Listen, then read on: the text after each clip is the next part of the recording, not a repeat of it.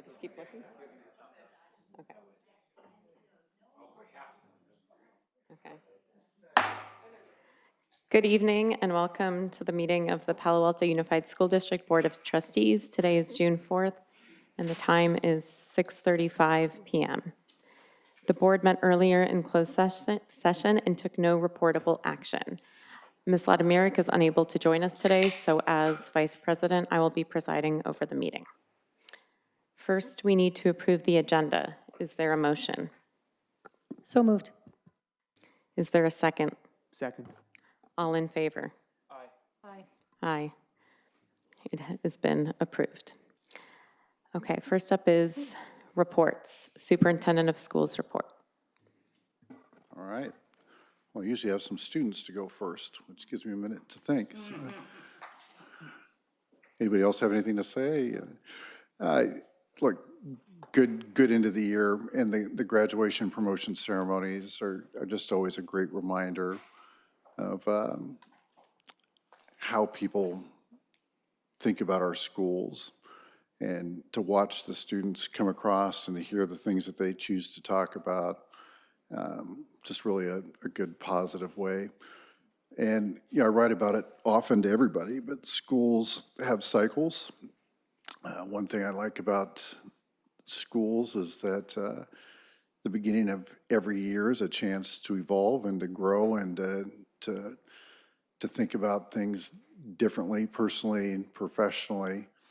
The flip side of that is that we're bell and calendar driven, and the end of every school year, and I write about it every single year in the beginning of the year in fall, the end of every single year is categorized as the hardest year ever. And it was again this year, and it will be next year. And that's just part of the realities of a cycle of a school district, but always optimistic about the fall. We've got some really good news, and I think it probably warrants a little more formal statement at our next board meeting. But as of right now, we are fully staffed going into next year, including all of special education, that hasn't been true in a very, very long time. And it's not an accident. We changed practices. We went earlier.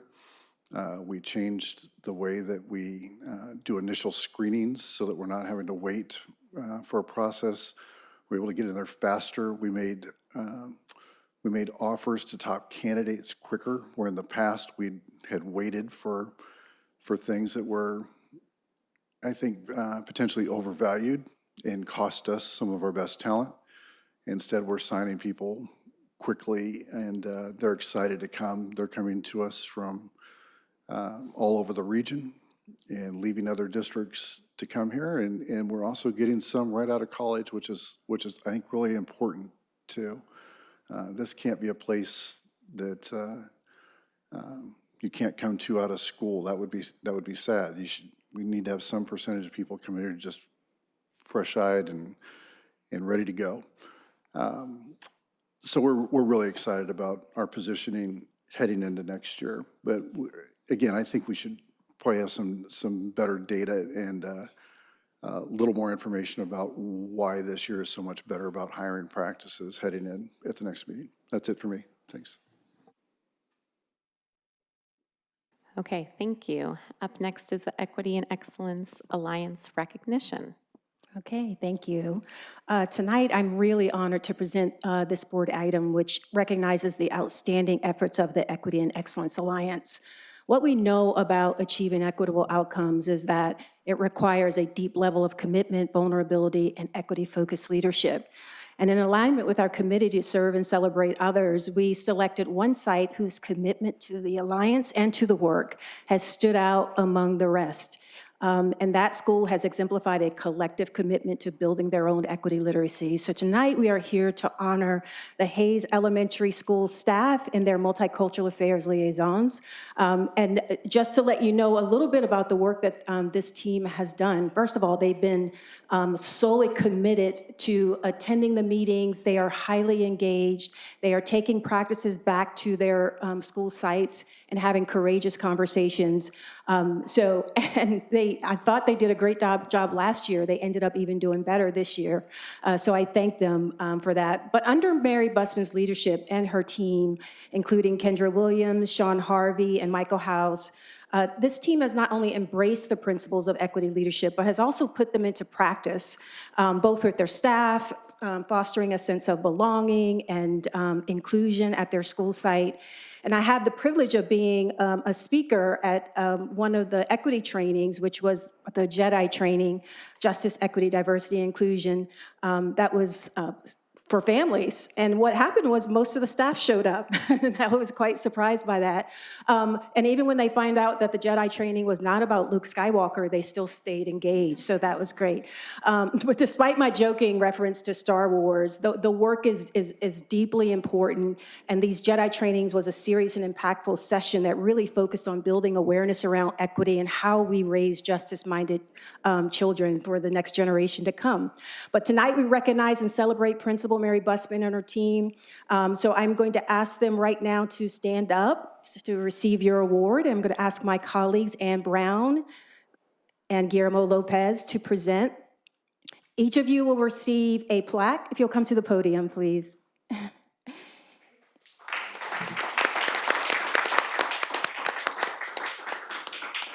Each of you will receive a plaque and a school trophy that can be displayed at your school, serving as a reminder long after Principal Mary's retirement at the end of this academic year. To each of you, thank you for your service, and we appreciate your work.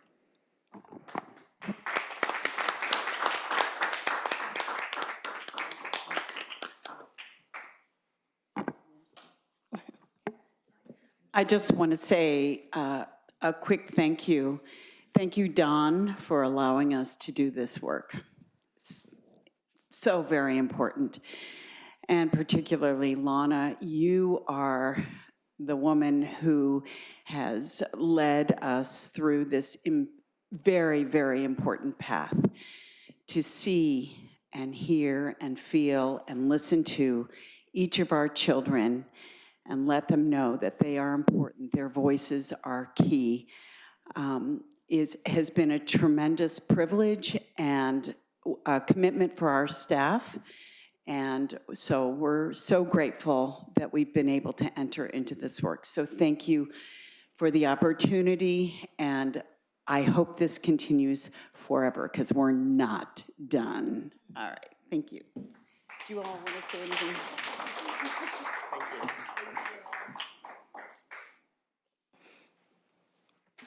Thank you so much.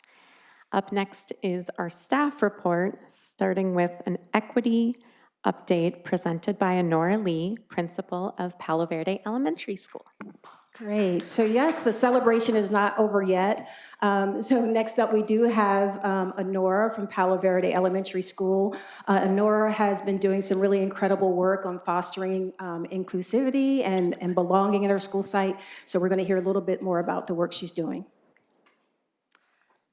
Good evening. Thank you, Ms. Conway, and good evening to the members of the board, Dr. Austin, executive cabinet, and friends of our community.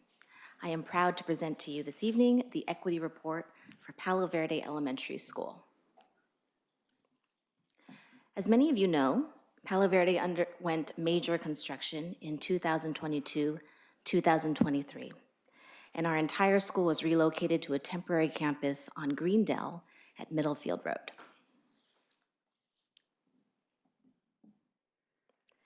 Our return to campus this August was a significant milestone, and our faculty and staff saw an opportunity in this. We reviewed time-honored traditions with an equity lens. We made refinements, additions, and deletions to our practices. Above everything else, we decided to make student connection and belonging our utmost priority, our shared priority, because we know that those set the foundation for meaningful, lasting engagement and learning. This is a non-exhaustive list of programs and activities that we have used to cultivate our Better Together philosophy. And you may have heard mention of some of these in previous board reports presented by my colleagues. I've chosen to describe just a couple of items that I think were unique to Palo Verde this year. Here is our panorama SEL data for grades 3 through 5, taken last September. Our results are very strong, but we did notice that our Hispanic, Latino, and EL groups rated less favorably in the area of school safety. That, coupled with other data and observation, prompted us to launch Project Palo Verde. Children were selected based on responses that flagged them with some marker of concern. And our teachers and staff adopted one or more children not in their classrooms and made a commitment to build connection with them throughout the year. We did this quietly and with an extremely high amount of discretion, as we wanted to be careful to maintain the integrity and dignity of every child.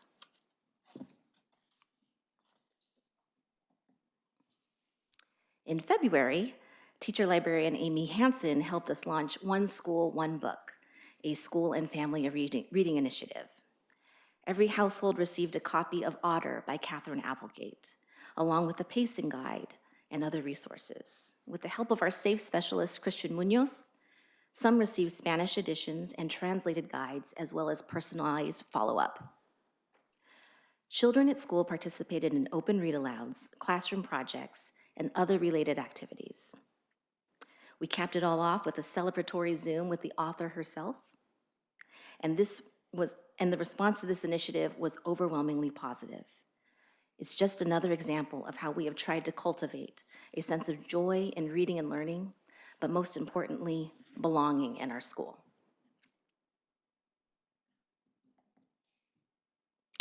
Our equity work continues to grow and evolve.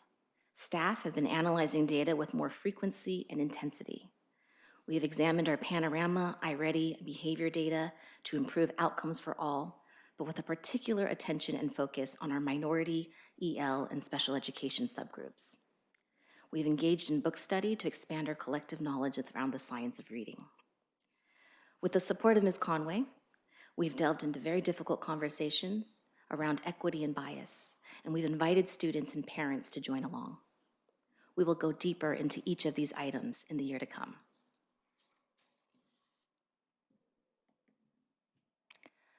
We have a saying at Palo Verde, which is every child has a story. And those stories make the fabric of our school brighter, richer, and stronger. I would like to close this presentation with a sincere message of gratitude for the talented, extraordinary educators and staff at Palo Verde. They have courageously shared their own stories, but have played an important role in helping our students write their own chapters. And I hope you saw that reflected in this evening's presentation. Thank you.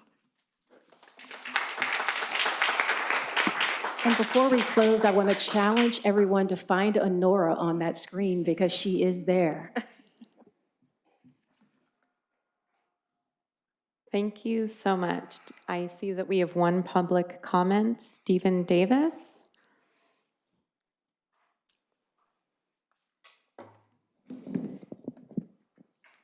Good evening.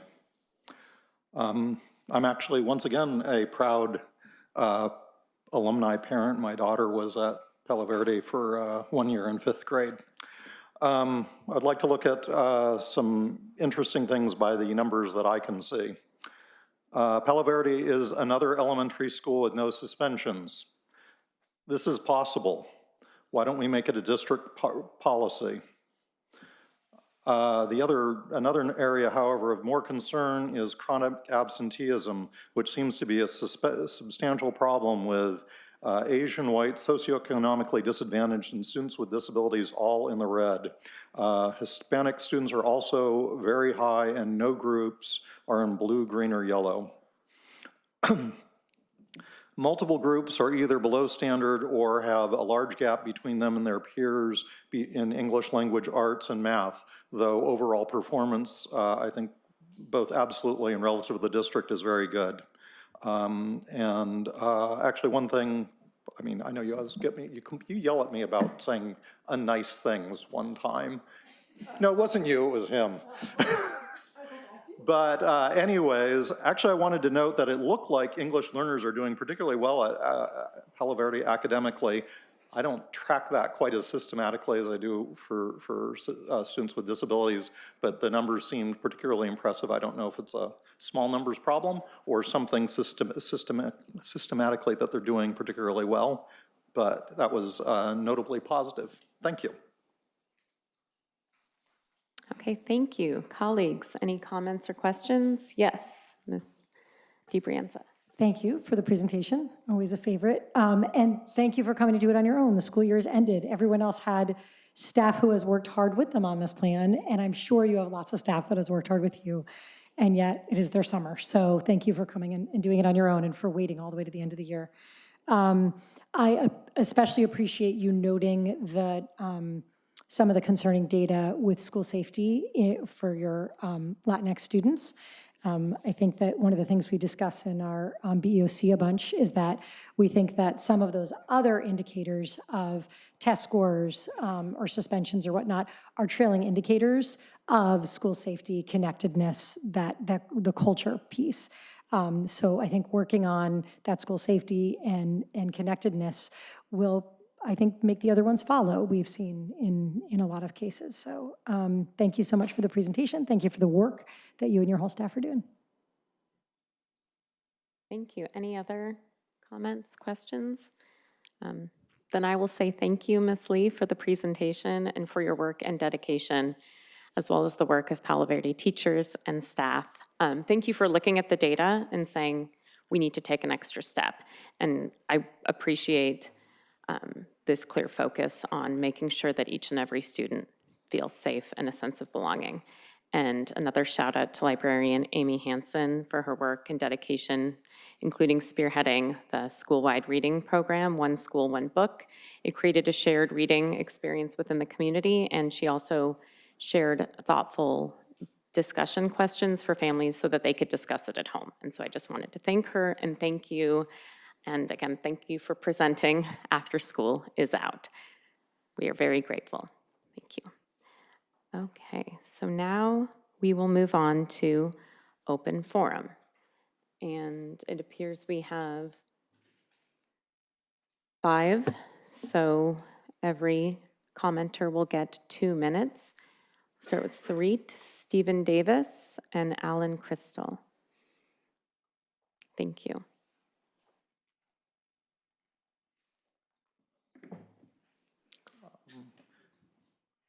Just over a year ago, I was asked to support the movement to remove Dr. Austin. I thought it was a bad idea then, and I shared my reasons. You would expect transition turmoil of 1 to 2 years, maybe more. That Palo Alto is an expensive place to live, and it would be hard to find someone to come here. That PAUSD is a challenging district with a very demanding community. No one is perfect, and we rarely know what's actually going on from the outside. Many of the challenges that were being faced were circumstances that Dr. Austin didn't create, and that was he well supported by his management, the board, and did the community help him succeed? And then I said, beware what you ask for. Are you going to reliably be able to hire a better replacement in a timely fashion?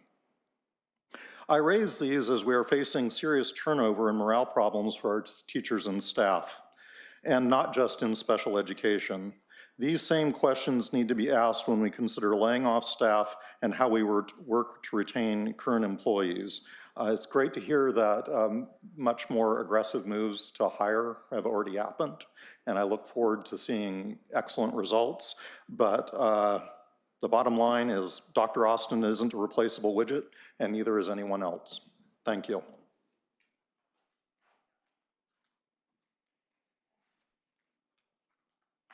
I actually don't need my time. Sarit is going to speak for us. Okay, thanks. Okay. Hello, I am here again on behalf of the Palo Alto Parent Alliance. At the last meeting I delivered our petition, now signed by 1,400 people, asking you to pause revamping PAUSD's ethnic studies course until you follow your own board policies. Since then, we requested to meet with Dr. Austin, our board president, and Dr. Lopez.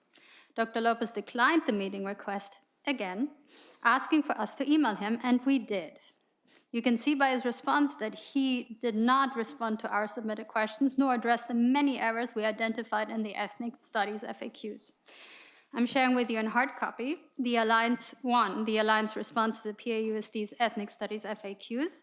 This has been shared widely with the parents in PAUSD, and we hope you will address the serious problems we raised with it. 2, Board Policy 6011, which requires the board to adopt academic standards with community input. And 3, Board Policy 6141, which requires the board, not a curriculum committee, to adopt a written district curriculum with community input.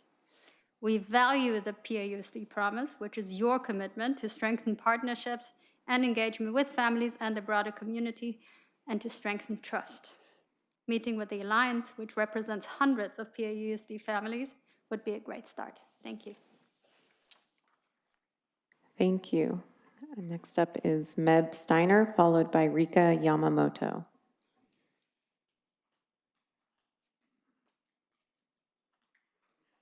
Good evening, Meb Steiner, President of CSEA, Chapter 301. I just wanted to let the community know, let the board know, although you already do since you've received it. The district and CSEA have exchanged proposals already for 2024-25. As I stated at the last meeting, we weren't able to do a 2-year, so we are trying to come back in fast, and we did that. I just wanted to share a couple of the priorities and reiterate again some of the things I said last time. One of the biggest things for us is the equity piece. Another is the healthcare, and the third is really the value that classified staff are. When I speak of the equity piece, I speak in terms of compensation and packages. You take a $40,000 job, $100,000 job. This is what I call the wealth gap, the compounding interest effect. These jobs were at $1,60,000 apart. If we keep giving everybody the same percentage increase, at some point the gap becomes huge. Trying to balance that and mitigate that with one-time lump sum is not ideal. It helps, it's helpful, and sometimes we have reserves which allow us to do that. But ongoing, robust increases are preferred. The healthcare piece is another one that really creates problems for our part-time people because of the proration of healthcare benefits. And we're not addressing those right now, but hope to meet that challenge in the future. These proposals have focused mostly on the compensation piece. But the prorated piece basically makes the least paid people pay the most for their health care and changes the compensation package for everyone. Lastly, we are the biggest bang for your buck, providing incredible services and critical infrastructure and everything that allows teaching and learning to happen. A 1% increase for 800 employees is roughly $650,000. That's what a 1% for classified is. So thank you. And thank you to all our classified staff and everyone have a wonderful summer. Thank you very much. And the last open forum speaker is Rika Yamamoto. Hello, good evening, everyone. This is Rika speaking. Basically, I just want to extend my sincere appreciation. After listening to the last board meeting, I was really highly interested about listening about the PAUSD promise for next year. Although I understand that was still draft, I really want to express sincere thank you that it sounds like focused on the inclusive, culturally responsive pedagogy. That sounds like an advancement. And I'm particularly encouraged by the strategy to cultivate a positive school climate and sense of the belonging for all students. That clear procedure for addressing incidents against the protected classes, restorative practice training, and also the not to mention the tiered student support and intervention, and the focus on the mental health and wellness is also appreciated.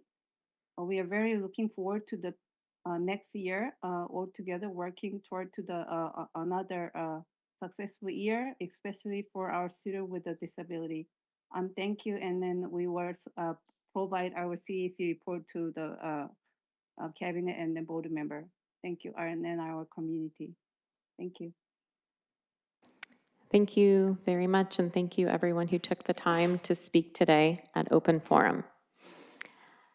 Next up is the approval of the consent calendar. Can I get a motion to approve the consent calendar? So moved. Second. Thank you for the second. Any public comment? Stephen Davis. Could I have a little bit of indulgence on time on this? You have a massive amount of stuff on this, like about twice as much as usual. I can try to get in 2 minutes, but I would appreciate a little indulgence. It is up to you, of course. My understanding of this Fine. policy is that it's 2 minutes regardless of if Very that's well. our board policy. You will get them in writing. 6N, the Alta Vista High School MOU. Like many of our MOUs and existing contracts, there's no data on previous usage or outcomes and performance. Please provide existing performance data along with an MOU. 6O and 6P, accessibility for software platforms. You have 2 contracts proposed. I spot checked their business websites. Neither of them are good for accessibility. One is terrible. This needs to be made a standard requirement. The SWIFT update, 6Q, the hard numbers for students with disabilities are disturbing, with substantial academic declines for our high school students, and the continued problems with chronic absenteeism should spur some action over the last year, yet nothing seems to have changed. In reviewing 6S and 6T, for those who are keeping score, in reviewing the checklist for evaluating textbooks, there is no mention of accessibility. PAUSD should include accessibility criteria for approval of all new textbooks and instructional materials and tools to comply with the American with Disabilities Act.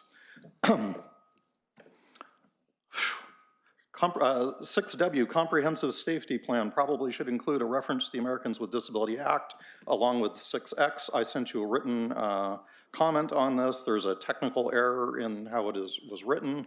I will note that the existing templates for the site safety plans explicitly address students with disabilities, and they probably should address some 504 students as well. Based on the ones I've seen, they do not. I don't even think there's a mechanism for parents to check this, and 10 seconds to spare. Thank you. Colleagues, any discussion? Okay, all in favor? Aye. Okay, it is approved. Scrolling down. Okay, next up is action items.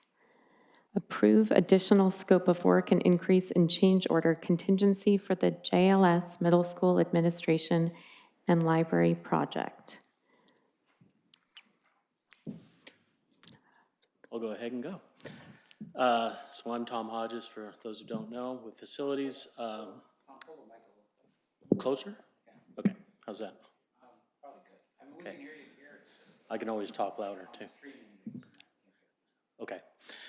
So this first item you saw at the last meeting, this is a change order for project at JLS Administration Library Building. We're bringing it really for 2 reasons. One, because we're so early in the project, and 2, the cost is about 20% of our change order contingency. So we didn't want to take the hit right off the bat, so we're bringing it for approval. The other item to note here is, we thought we had a solution worked out that was much cheaper, cost effective, but the city basically said, look, you need to go to a main line, which is in East Meadow. And so that not only tripled the length of the sewer line we had to put in, but then we also had to put in 2 lift stations. So that increased the cost quite a bit to the $213,000. So here to answer any questions. Thank you. I don't see any public comment. So can we get a motion on the table? So moved. Is there a second? Second. All in favor? Aye. Okay, the motion is on the table. Colleagues, any questions or comment? It's been approved. It's been approved. We're good. Moving on. Authorization to purchase heating, ventilation, and air conditioning (HVAC) equipment from Norman S. Wright for Addison, Barron Park, Duveneck, Fairmeadow, Waterbriones, Ohlone, and Walter Hayes Elementary School. Thank you Thank for you again. naming them all, so I won't have to. So this is phase one of a larger project to add air conditioning to the elementary schools and middle schools.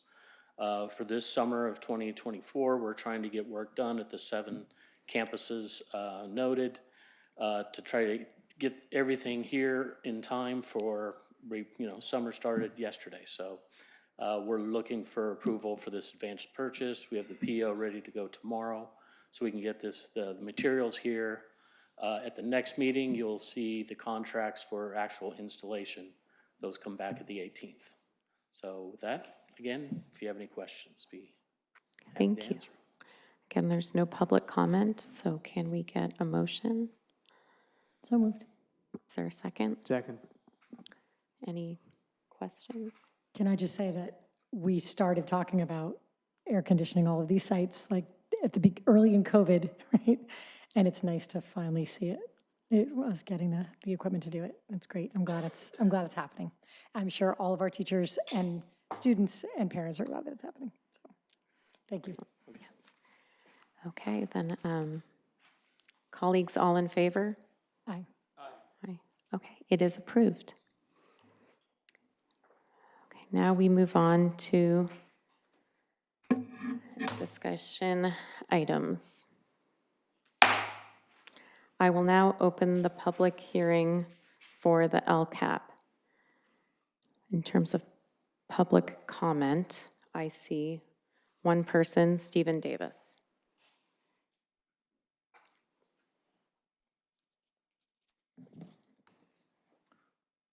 The detailed LCAP plan includes some important information that didn't get highlighted in the summary that wasn't presented. There are too many places where our ambitions seem very modest. Real improvement in academic performance for students who are most behind, students with disabilities, homeless students, and long-term English learners, as well as others, is not going to come from 5% annual improvement targets. I also do look forward to seeing how PAUSD is going to meet the more ambitious changes for absenteeism and suspensions. Thank you. That is the only comment. The board will now close this item for public hearing. That's good. Staff presentation.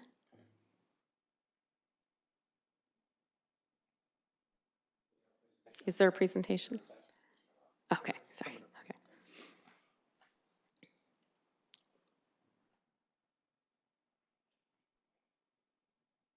All right, thank you, Ms. Siegel.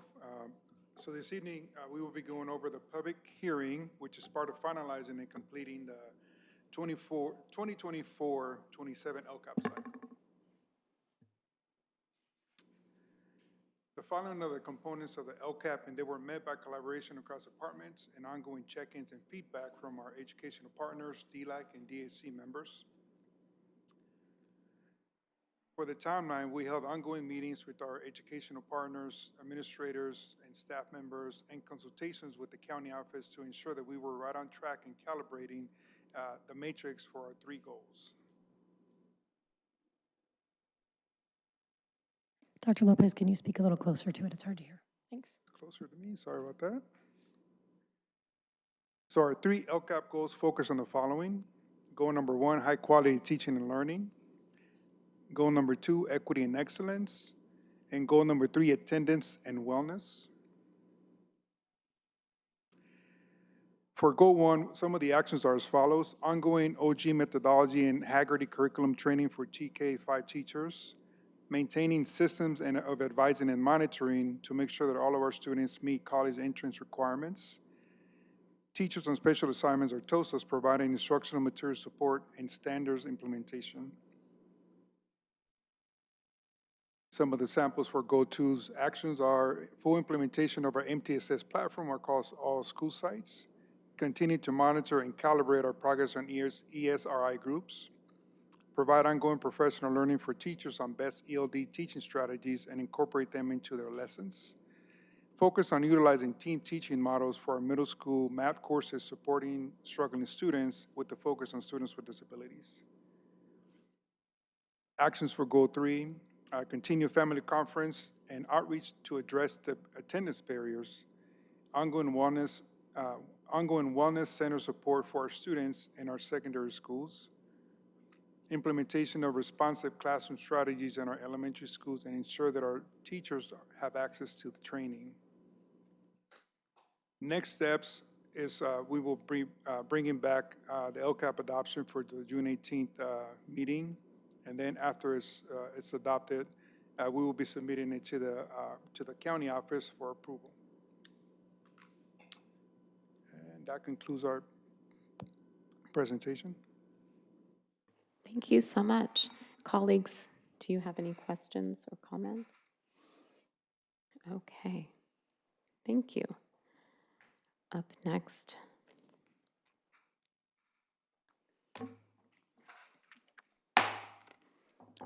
I will now open the public hearing for the proposed PAUSD budget for 24-25. We have one public comment, Stephen Davis.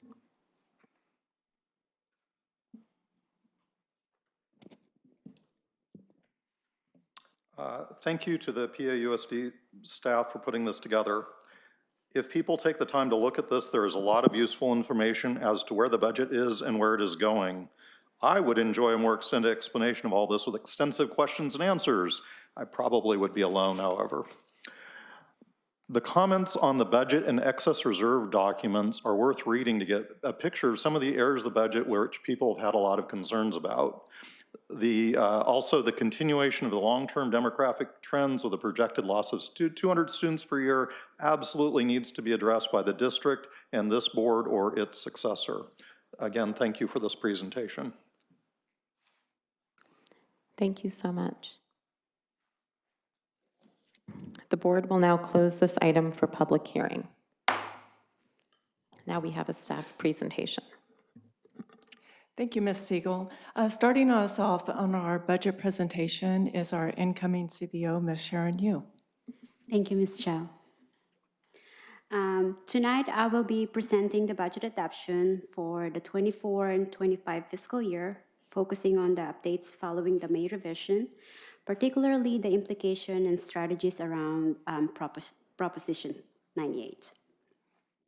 The May revision addresses projected budget deficit for the fiscal year 24-25 and 25-26 through significant spending cuts in government operation, reduction to programs, and pauses in new investments. For education funding under Proposition 98, there is a notable decrease of $3.8 billion across the 3 years budget window, with the largest reduction impacting the 23-24 fiscal year. Despite this reduction, there is an increase of $48 million in education funding for the upcoming budget year.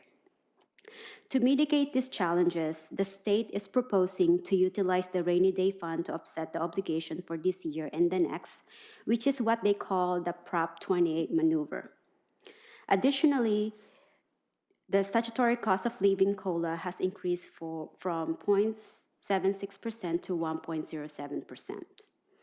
A significant investment of $907 million is planned for Proposition 28 to support arts music education in schools. Let's take a look at the highlights of our 24-25 budget adoptions.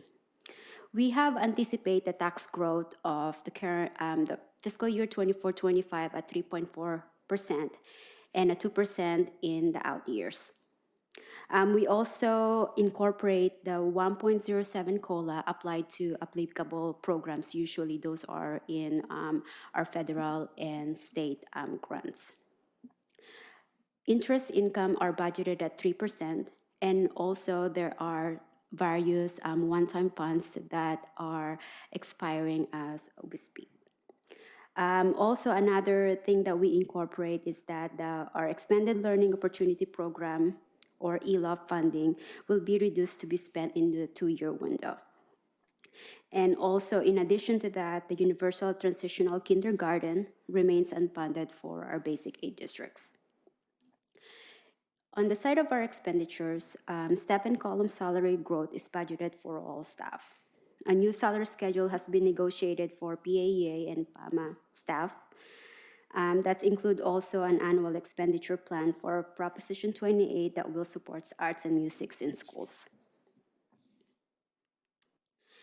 On our revenue projection, the LCFF and property taxes are projected to increase steadily from $263 million in 23-24 to $286 million in the year 27-28. We projected federal revenue remained consistent at $3.7 million annually, and state revenue shows steady projection over the years. We do budget our local revenue as we receive them throughout the year. In terms of our expenditure projection, certificated and classified salaries will continue to grow each year due to scheduled increases and negotiated salary schedules. Along with that increase, the employee benefits will see a significant rise reflecting increased costs in health and welfare benefits. Same as with our books and supplies and operating expenses are projected to increase reflecting our ongoing commitment. With that, I will turn over to Ms. Chow to continue the presentation. Thank you, Ms. Yu. So this slide here, we see our multi-year projection at budget adoption, and the multi-year is our best indicator of the district's fiscal outlook. The reason I make this statement is because we can look at the current year in isolation and recognize that we are projecting to end the year with a surplus. However, when we look at the multi-year, we see a very different story, and that is one of ongoing deficit spending. Why is this important? In years where we have a surplus, our ending fund balance or our reserves grow, and having a reserve means that we have opportunities. In a year where we have a deficit, we can rely on our ending fund balance to carry us through the deficit spending. Now, that's assuming we have a sufficient ending fund balance, as we currently do. If deficit spending is structural in nature, meaning that it is projected in each of our out years, such as we see here, the ending fund balance cannot support ongoing deficit spending. Reducing expenditures will need to be addressed and need to be addressed sooner rather than later. In the past, projected deficits were minimal, usually in the range of 1% of the budget. With a nominal deficit, a slight reduction in expenditures or a bump in revenue can erase those deficits when they are within this 1% range. However, the deficits that we are seeing now of 12 to 17 million are 4 to nearly 6% of the budget.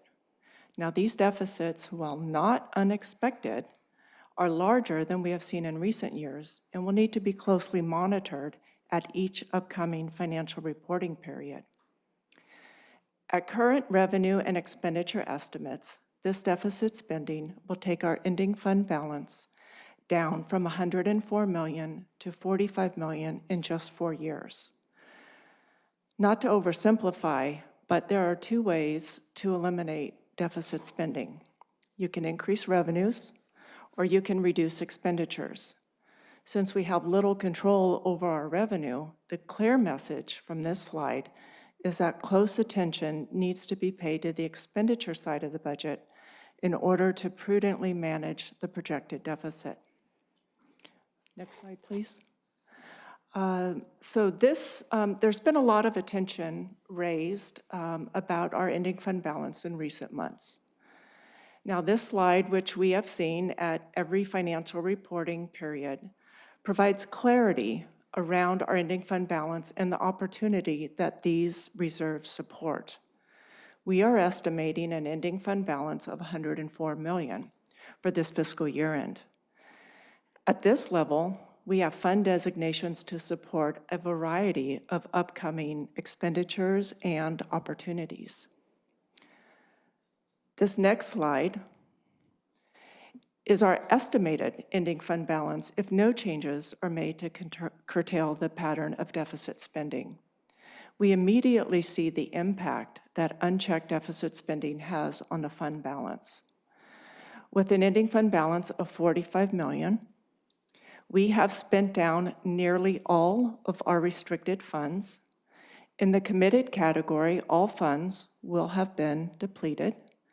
There will be no opportunities for early retirement incentives, no allocation for upcoming textbook adoptions, and funds set aside to electrify our bus fleet will be exhausted. Nearly all the funds in our assigned category for future program expenditures will be expended, and site carryover funds will be non-existent. We will, however, be able to meet our required 3% reserve for economic uncertainties. Next slide. So let's take a look at what our multi-year projections are, and are not. Multi-year projections are based on the most current information that we have at the time that we are putting these projections together. They are not something that is set in stone. In fact, we know, probably as this is even printed now, that there are probably changes to the budget that we are proposing for adoption. There will be further changes when the state adopts their budget, which will be later in June, on June 15th. And each time we make a hire that is not at the exact amount that is in the budget, either higher or lower, we know that that will change our budget too. Next slide. So next steps in terms of our budget are the state does adopt their budget on June 15th. This starts a 45-day window for changes to our district budget. However, as is typical for our district, barring any significant budget impacts, we generally make changes to the district budget at first interim, which is in December. We know we will need to have continuous monitoring of the budget deficit at each of our financial reporting periods. And then the budget and the LCAP will come back for board adoption at the June 18th meeting. And as I mentioned before, first interim will be at December 24 board meeting. That concludes the presentation for this evening's budget. Thank you. Thank you very much for the presentations. Colleagues, any questions? Yes. Public comment. Yes. Yeah, there was no public comment. Yes, Misty Branza. Thanks. Thank you for the presentation, as always. And I'm just reminded of how lucky we are that on June 15th, we're not finding that we have to scramble and make some major changes because the budget came in not as expected. We are in a very lucky place, right, every year. So I have some concerns. They are no different than the concerns I presented at our last meeting. We've got a very large operational budget because COVID gave us some sharp increases in reserves. I think it's reasonable to be spending some of it down wisely. I see that there's lots of ways we're doing that. That new school fund, we are spending some of it on middle college. About 5 years ago, we put aside several million for PD. I anticipate we're going to finish. I don't even know if it'll last us next year. There's about less than $500,000 left in it. So we're going to have to be thinking about, hey, when that fund is gone, is that going to come out of our ongoing budget, or are we going to assign more from the reserves into another pot of money for future dollars? Those seem like reasonable ways to spend down our reserves. But our ongoing budget is projected to be running a deficit in the tens of millions of dollars every year, an average of about 15 million a year. That has me really concerned.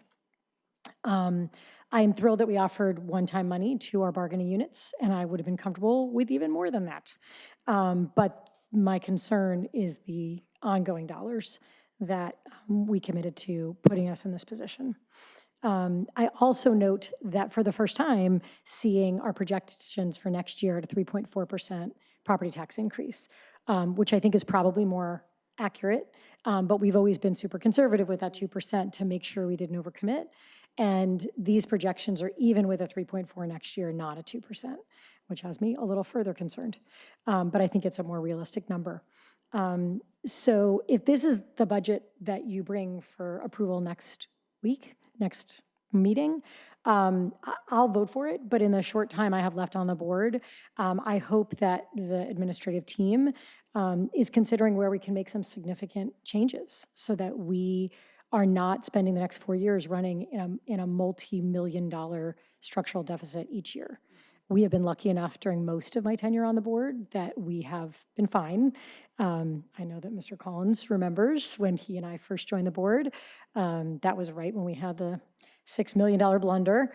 And we spent most of the first year looking at ways that cuts could be made so that we would be not running a structural deficit. And one of the points that at the time Mr. Dauber and Mr. Collins made was when you have a structural deficit, you don't kick the can down the road. You don't wait until there's no more reserves left and then solve it. You look at it now. And so I think that some changes are going to hopefully put us in a position where some of it fixes itself if we continue to have a decline in enrollment, if some of the expenses that we're anticipating don't happen, we might be in a better position, but clearly that's not going to make up $15 million or $13 million. So I do look at the board members that have time left on the board and hope that you are ready to have those tough conversations in the fall and next year. And I noticed that really the only ones on this side of the room are our 4 current candidates for school board, and that you all keep that in mind, that the majority of you will likely be sitting up here and really thinking about how can we get ourselves into a more secure financial situation sooner, because I think that's the responsible thing to do. I look forward to hearing those proposals, whether they start coming at our next meeting or whether we start to see them in the fall when we start to get interim budgets coming and whatnot.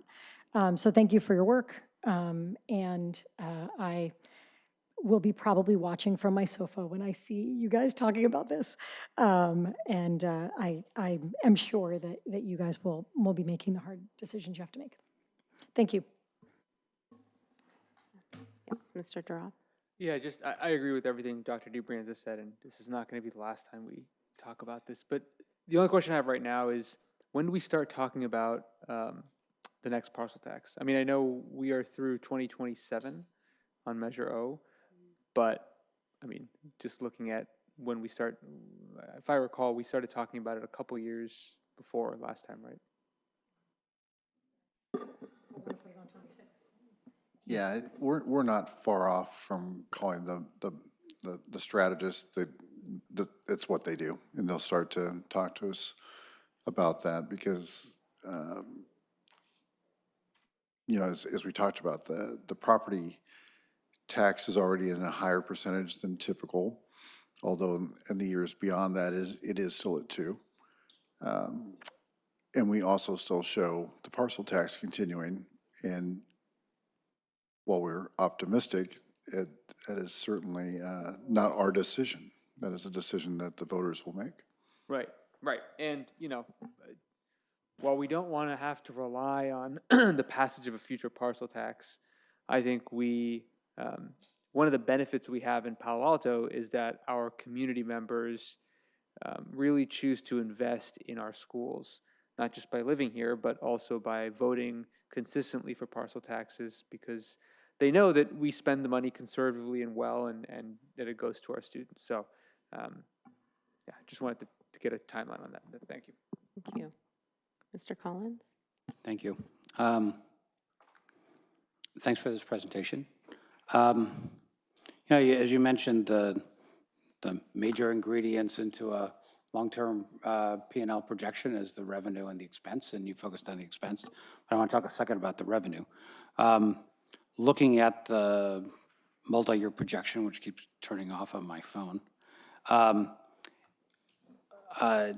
do you know offhand the percentage LCSF revenue increase for the last 3 years? If you don't, I have an estimate. The LCFF revenue or the property tax? Property tax, isn't it called LCFF in this format? Yes. Whatever, it's the same thing. We're talking about the Yes. same thing, yes. I'd have to look that up. Last year, I think it came, or this current year, I think it's coming in pretty close to 6%. Right, and the projection for 25 through 28, looks like it's a little under 2, like 1.8 maybe? Does that sound right? Yes, yes. Sharon's nodding, I think? Yeah. Yeah.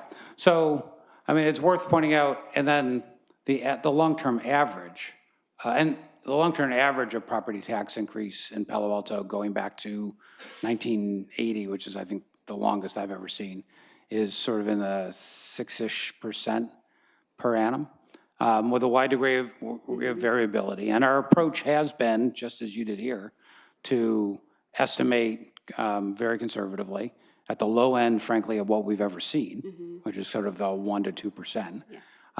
It's never gone down in the 40 years that I have records for. And so, and then if we get positive surprises, then spend positive surprises, which especially made sense when we were in the habit, which we've tried to get out of negotiating bargaining unit agreements in arrears, where we basically then would know in advance what the property tax levels were. We'd know what the property tax level would be because we were almost at the end of the year, and then we'd basically empty the till to figure out what the expense was going to be. So here you've done, I think, what our historical practice has been, which is you've projected revenue to grow at between 1 and 2%, while you've projected expenses at a higher rate of growth based on our existing contracts and whatever other metrics you use for those different lines. So, that's created this, apparent structural deficit. But I just want to point out that we've seen that before, and often what has happened, not always, but often, is that the revenue has come in higher than forecast, which is by design. I mean, absolutely, I would be very unhappy if we changed our practice and the revenue came in lower than forecast. That would be a very bad day for some future board. But we should just be aware as we look at these that, if we look back historically, almost every year, if you go back 30 years, the revenue has come in higher than forecast in this kind of presentation. Is my interpretation of that correct in your view? Yes, that is correct. So it doesn't mean, I think it still makes sense, everything that you said and everything my colleague said about watching the expense levels and keeping closely calibrated. But one additional thing is that, I missed the last meeting, so I didn't have the joy of talking about fund balances and what the right level is and all that stuff, which I know you guys talked about. But the one way to reduce, the way our financials work is there's no separate account for spending down fund balances versus current revenue. It all flows through the same P&L. So the only way to reduce fund balances in the aggregate is deficit spending, right? So if you want 104 to become a number less than 104, there's going to be red ink. There's just no other magic trick to get rid of that money. It all flows through the same P&L. Is that right? Yes. I just want to make sure. Sharon's saying yes, but I want to make sure Carolyn agrees. That is correct. There's also opportunities for interfund transfers when, general fund supports another fund, such as deferred maintenance or something like that. Sure. Okay, but so that's a good point. So we get money out of the general fund and get it but in an aggregated across all funds, it all comes out of in the same wash. So it's just, I do think that that's an additional consideration when you look at this, is that if we're gonna, since there was a conscious desire to lower the aggregate fund balance, and I think an intention to do so, that, that's going to generate some red ink. And so none of that means that, if 5 years from now we're running $15 million deficits, that's okay. That's probably a big problem. But some deficits between now and then are probably likely, if not inevitable, and it may be desirable if you want to see a lower aggregate fund balance. And also, they're probably likely to be somewhat less than what you put in the 5-year forecast, because you've very appropriately, conservatively estimated revenue, and maybe been a little less conservative in estimating, or a little not reduced expense to the same level. Does you think that's fair?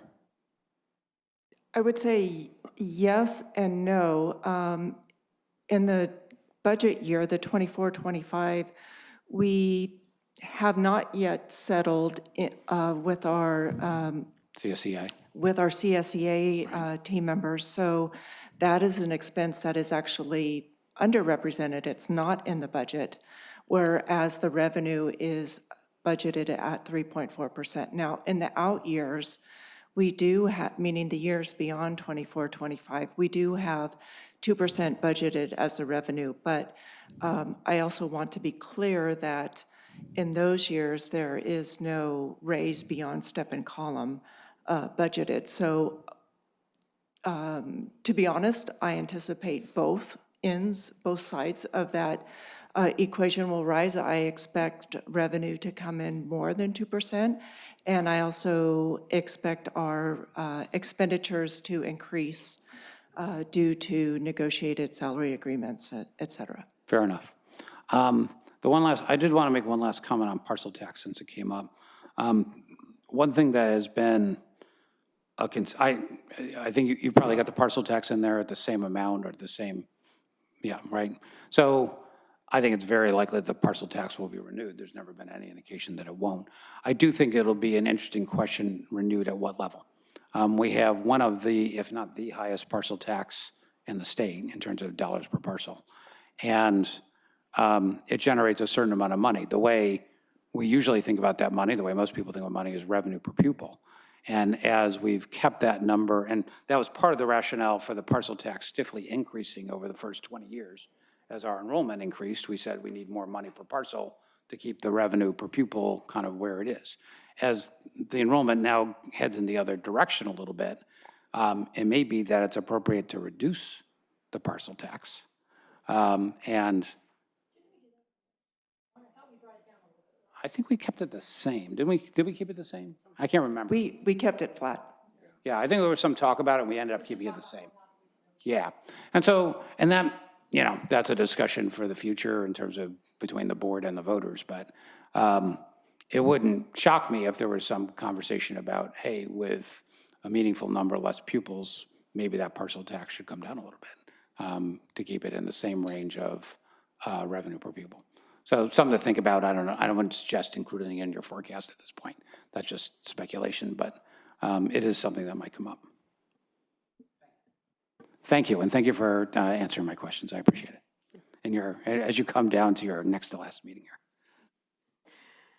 here. Thank you for the presentations. I agree with Dr. DeBrianza, share concerns, and I'm aware that we are in a level of deficit spending that is not common for here. I expected to see it reduced in the future, and I'd like to hear, staff recommendations on how best to do so in the future. I also support your comments about the parcel tax. I've knocked on doors before to ensure people get out to vote, because it's not just do you support it, but do you go and vote? So I expect to do that again when it is up for renewal, encouraging our community to invest in our schools and our students. So any other comments? Okay, then we are moving on to C, authorization to issue Addendum 19 to LPA Architects for the design of new softball fields at Palo Alto and Gunn High Schools.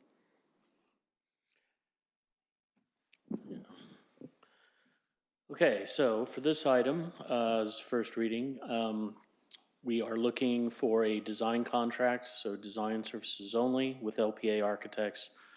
We chose LPA because they've done a lot of similar athletic facilities at other high schools, so they were a good choice for us as far as having the expertise to do this work.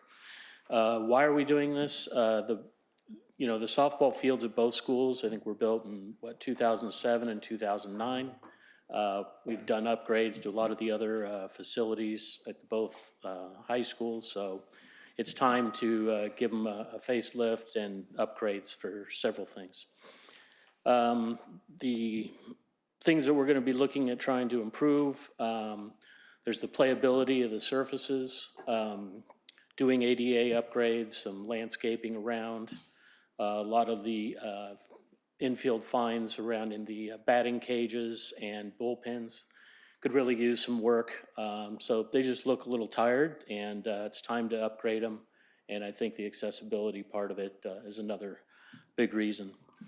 On the last page, you'll see we have, based on LPA's experience, they're guessing this will be between $2.5, $3.5 million construction cost, not project cost. But we plan on working with them this summer and really kind of nail down those. We'll come back next fall with a recommended scope of work and a budget that matches what that is, because each school kind of has unique challenges, and it may be different solutions. There'll be equal facilities, but there'll be emphasis on different things at each school. The last thing I'll note is, during the summer, we'll also be engaging staff, the coaching staffs, the players, and then also maintenance to kind of figure out what the best playable solution is for the fields, whether that's all turf, partially turf, or basically just replacing what's there. So that'll be part of the discussions we have between now and next fall, and we'll be back with a budget and hopefully a actual design. Thank you so much. We have one public comment. Nicole Chu Wong. Before I make the meat of my comment, I just have two caveats. The first is that I acknowledge and I very much am concerned, like Trustee DiBrienza, about the budget deficit that we'll see in coming years. The second caveat is that although I'm a proud Palo Alto Little League parent, I have absolutely no expertise in baseball or softball fields. That said, go Ohlone Astros. I did want to say this is a thank you and comment. Thank you for doing this, and I think it's overdue. I think there are Title IX implications, and the budget and the way we spend our money is an indication of our values. And for the last 4 years, we've indicated that we value baseball more than softball. I appreciate the acknowledgement in the agenda item about how the baseball fields were updated 4 years ago. I just think we need to be very clear and let this be a lesson for how we handle things moving forward, that we should always be thinking of these implications and being careful of the values that we're showing our students. So again, this is a thank you, and I hope that we continue to think proactively about ways to ensure that there's equity in all of our students' lives. Thank you. Thank you. Colleagues. I just thank you, Tom, for presenting that item. One thing that had a narrative that had grown up around this is that we were going to do a turf field for this artificial service for the softball field because we had done artificial service for the baseball field, and that would make them equal or somehow the same. And I think that's not the best framing for how to think about this, and I don't think that is the way you framed the item today. One of the, for better or worse, I'm not a softball player either, but I was parent to, I went to a lot of softball games over 20 years of my children's softball careers. And the baseball and softball are different sports with different dynamics and different field requirements. And I actually looked at I virtually visited the fields of the top 5 NCAA softball programs and physically went over the field at Stanford, which is ranked number 4, which is good because they used to be good and they went way down and now they've built to come all the way back. All our natural grass and dirt, natural grass outfields with dirt infields. And it's interesting, Stanford at least had artificial surface for all the out of play areas. So clearly they were sensitive to maintenance and water requirements for those. But in particular for the infields, all dirt. And it kind of makes sense because the way softball plays is quite different from baseball. There's emphasis on small ball, emphasis on slaps and bunts. There's a lot of infield play as opposed to baseball. And so there definitely are turf softball fields, and it may be that it's the right thing for us. I don't have any particular view on that. But I thought what you said, talking to the coaches, talking to the players, talking to people who have expertise in this area, not just the vendors who, obviously have an expertise in the products they offer, but maybe not expertise in what's best for our players, I think would help inform us. I think getting good equal quality fields comparably quality fields is really important. Having it be the same is not that important because it's not the same sport. So worth considering, keeping in mind, and I'm really glad that you're going to talk to the coaches and the players, because I think if they have a perspective, we want to make sure we incorporate that. So thank you. Thank you, colleagues. Yes, Steve Brianza. Thank you for bringing this. I'm thrilled to support this. I think the quality of the fields is the big thing, right? And for the past 5 years, it has been very clear that the quality was not the same. And with each visit to away softball fields, more and more of them were becoming turf. And at least the players at Pally, which is the games that I was at, would comment about the different quality of the fields and how there weren't these holes and there weren't these, rocks and stumps and lumps and everything else. So I'm excited that you're doing this and that you're working with all the parties involved, and look forward to supporting it when you bring it back in the fall. Thank you. Any comments? Then I will just end the comments by saying thank you so much, and I very much appreciate that you are reaching out to the players, to the coaches, to the athletic directors, and then bringing it back. I'm excited to support this and to get started on these fields. So thank you. Up next, hello again, D, which is authorization to contract for 24-25 with Teleq Construction Management for program management support services. Great. So this last year and probably the upcoming couple of years, the number of projects that we were taking on in facilities has probably tripled.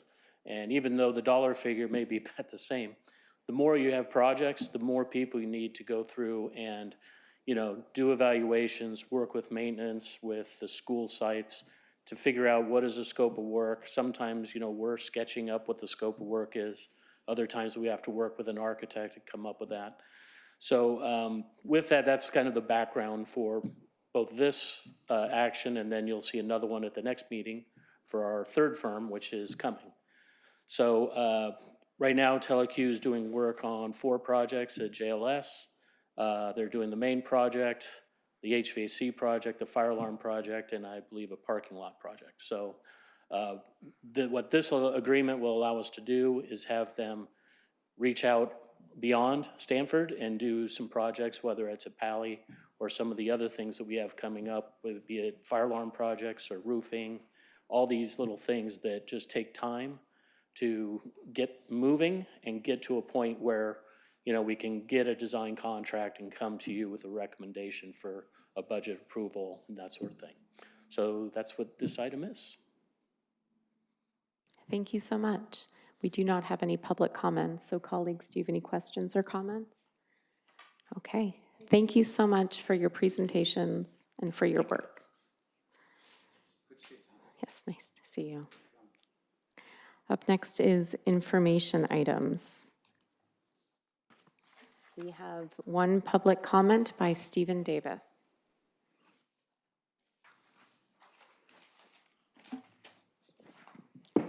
I am speaking to 8B, the site and school improvement plans. As a member of the JLS School Site Council and as a parent at both JLS and Nixon, I'm concerned that both this document and the site safety plan reviews by the school site councils are treated more as shelfware to meet state or district requirements than as a living document driving and reflecting school practice. These are important. These can be important documents where there is a real potential for the parents to have an important impact on what happens at school. Go join site council, please. For example, the tool that PAUSD uses substantially restricts the ability of the site team to tailor the document to reflect the needs of the site. So we've got a tool that's keeping us from doing our job, at least as reported by my site principal, who's the poor guy who has to use it. And in the case of the site safety plan, as I noted in a note to the board, there are portions that are flat out incorrect. The site safety plan calls for the explicit plan to handle students with IEPs in the site safety plan. It's not there. It's not there in either of the schools. I don't know that it is there anywhere. It was not there in my old school district, but that is called out explicitly. And these documents are important, and the way you get people to care about them is to treat them as such. If they're just going to go on a shelf, please don't waste your time or ours. Okay, thank you. Do we have any comments or questions on information items? If not, we will move on to board operations, committee reports. Does anyone have a committee report? Okay. Do you have, yes, the reports? Okay. I mean, it's short.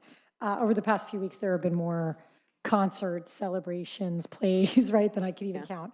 But they've all been fantastic, and I wish that there were just more hours in the day, so I could have been to more of them, right? We're always invited so many places at the end of the year. And we've got our own kids, you know, to go to. But they're all so just joyful and happy, and a good reminder of how much growth has happened over the year with students. Last Wednesday, I was at Fletcher, which was lovely. And then Thursday at Gunn, just wonderful celebrations. They were my last from the stage. And next year, I will be at JLS and Pally as I have kids up on the stage while I'm in the audience. And I really look forward to that. So congratulations to all the graduates and promoted students. Thank you. Okay. I want to echo the congratulations to the graduates. Last Wednesday, I was at JLS, and last Thursday at Pally. Very joyful celebrations, and also attended a lot of events, but just wanted to call one out. I think it was a week and a half ago. I had the privilege of attending the senior capstone presentations by the senior cohort of Pally's Social Justice Pathway. I want to thank the students for their presentations, for their research, and for inviting community and board members into the presentations. And I also want to thank their AAR teachers, Hillary McDaniel and Erin Angel, as well as their social justice pathway teachers, Kate Drews and Mark Tolentino. And with that, meeting is adjourned. Thank you.